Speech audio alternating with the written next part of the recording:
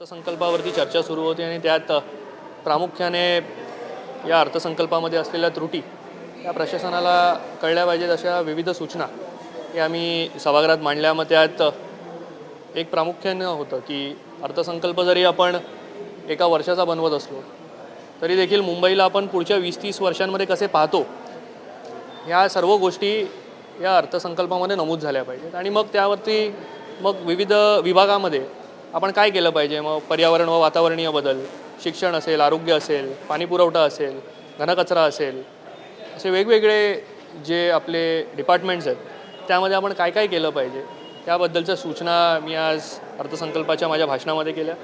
आणि शेवटी जो शिवसेना उद्धव बाळासाहेब ठाकरे या पक्षाच्या सर्व नगरसेवकांवरती जो काय 25 लाख निधी देऊन, म्हणजे आम्ही विरोधी पक्षामध्ये म्हणून आम्हाला 25 लाख निधी, समोर जे सत्ताधारी पक्ष आहेत त्यांना व्यवस्थित सर्व निधी त्या ठिकाणी दिला आहे।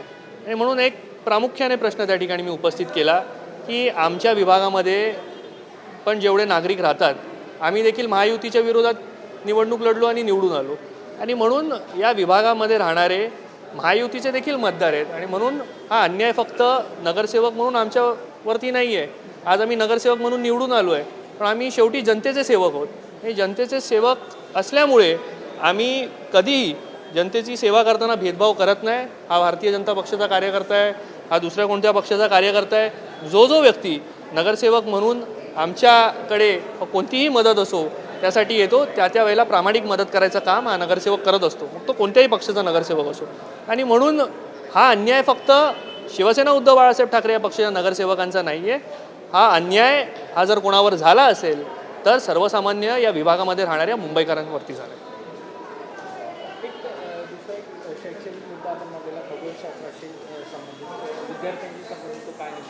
नाही, यामध्ये आपण खगोलशास्त्राशी निगडीत प्रत्येक शाळेमध्ये वेगवेगळ्या खोल्या बनवतो।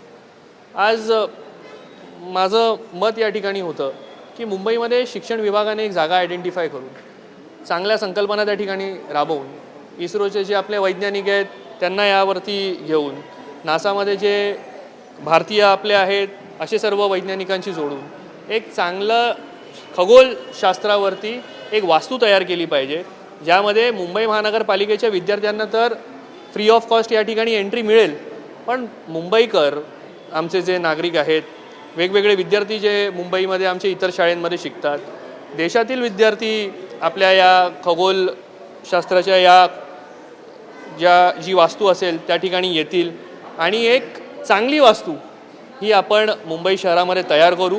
आणि यामुळे एक उत्पन्नाचा स्रोत देखील मुंबई महानगरपालिकेसाठी निर्माण होईल।